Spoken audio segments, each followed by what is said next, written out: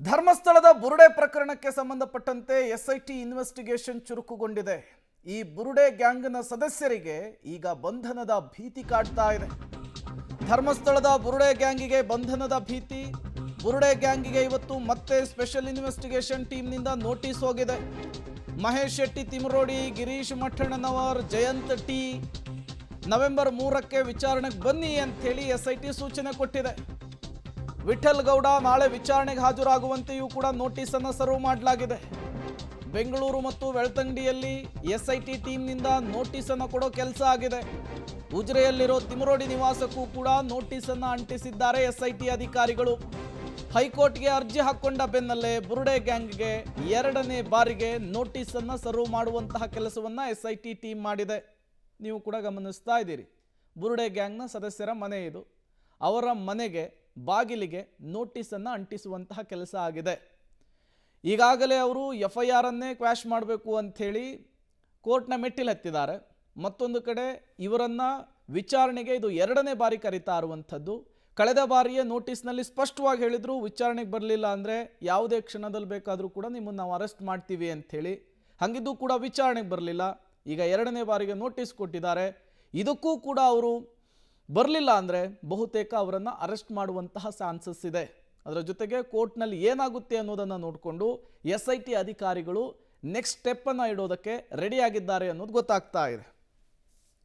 ಮತ್ತಷ್ಟು ಡೀಟೇಲ್ಸನ್ನು ಕೊಡ್ತಾರೆ ಸುಖಪಾಲ್, ನೇರ ಸಂಪರ್ಕದಲ್ಲಿ ಜಾಯ್ನ್ ಆಗಿದ್ದಾರೆ. ಸುಖಪಾಲ್, ಒಂದು ಕಡೆ ಪ್ರಕರಣವನ್ನು ರದ್ದು ಮಾಡಬೇಕು ಅಂಥೇಳಿ ಈ ಬುರುಡೆ ಗ್ಯಾಂಗ್ನ ಸದಸ್ಯರು ಕೋರ್ಟ್ನಲ್ಲಿ ಅರ್ಜಿ ಹಾಕ್ಕೊಂಡಿದ್ದಾರೆ. ಮತ್ತೊಂದು ಕಡೆ 2ನೇ ಬಾರಿಗೆ SIT ಈಗ ನೋಟಿಸ್ ಕೊಡ್ತಾ ಇರುವಂಥದ್ದು. ಏನಾದರೂ ಚಾನ್ಸಸ್ ಕಾಣ್ತಾ ಇದೆಯಾ ವಿಚಾರಣೆಗೆ ಹಾಜರಾಗುವಂಥದ್ದು ಈ ಮೆಂಬರ್ಸು?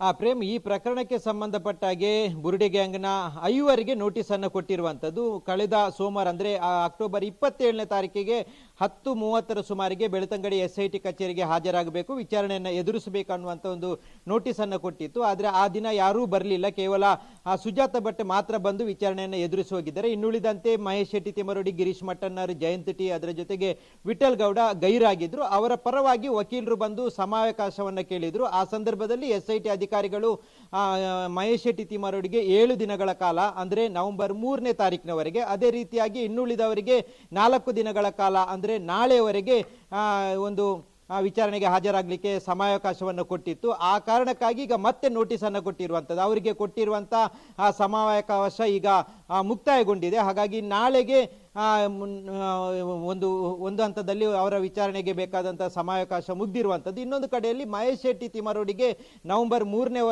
ತಾರೀಕಿನವರೆಗೆ, ಅಂದರೆ 7 ದಿನಗಳ ಕಾಲ ಕೊಟ್ಟಿರುವಂಥದ್ದು ಮುಗಿದೋಗುತ್ತೆ. ಹಾಗಾಗಿ ಅವತ್ತು ವಿಚಾರಣೆಗೆ ಹಾಜರಾಗಬೇಕು ಅನ್ನುವಂಥ ಒಂದು ಸೂಚನೆಯನ್ನು ಕೊಟ್ಟಿದ್ದಾರೆ. ಈ ಹಿನ್ನೆಲೆಯಲ್ಲಿ ಈಗ ಅವರ ಎಲ್ಲರ ಮನೆಗೆ ಹೋಗಿ SIT ಅಧಿಕಾರಿಗಳು ನೋಟಿಸನ್ನು ಅಂಟಿಸಿ ಬಂದಿರುವಂಥದ್ದು.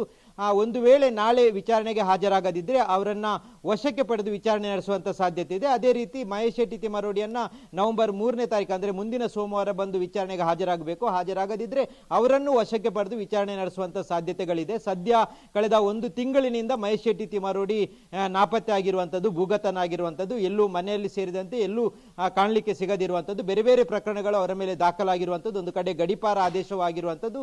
ಈ ಹಿನ್ನೆಲೆಯಲ್ಲಿ ತಪ್ಪಿಸಿಕೊಂಡಿರುವಂಥ ಮಹೇಶ್ ಶೆಟ್ಟಿ ತಿಮರೋಡಿ ನಾಳಿದ್ದು ಸೋಮವಾರ ಹಾಜರಾಗ್ತಾರ, ಜೊತೆಗೆ ಹಾಜರಾದರೆ ಅವತ್ತು ಬಂಧನ ಆಗುತ್ತಾ ಅನ್ನುವಂಥ ಒಂದು ಕುತೂಹಲನೇ ಇರುವಂಥದ್ದು. ಪ್ರೇಮ್, ಓಕೆ ಸುಖಪಾಲ್, ಹಾಗೆ ಸಂಪರ್ಕದಲ್ಲಿರಿ, ಮತ್ತಷ್ಟು ಡೀಟೇಲ್ಸ್ ನಿಮ್ಮಿಂದ ಪಡಿತಾ ಹೋಗ್ತೀವಿ.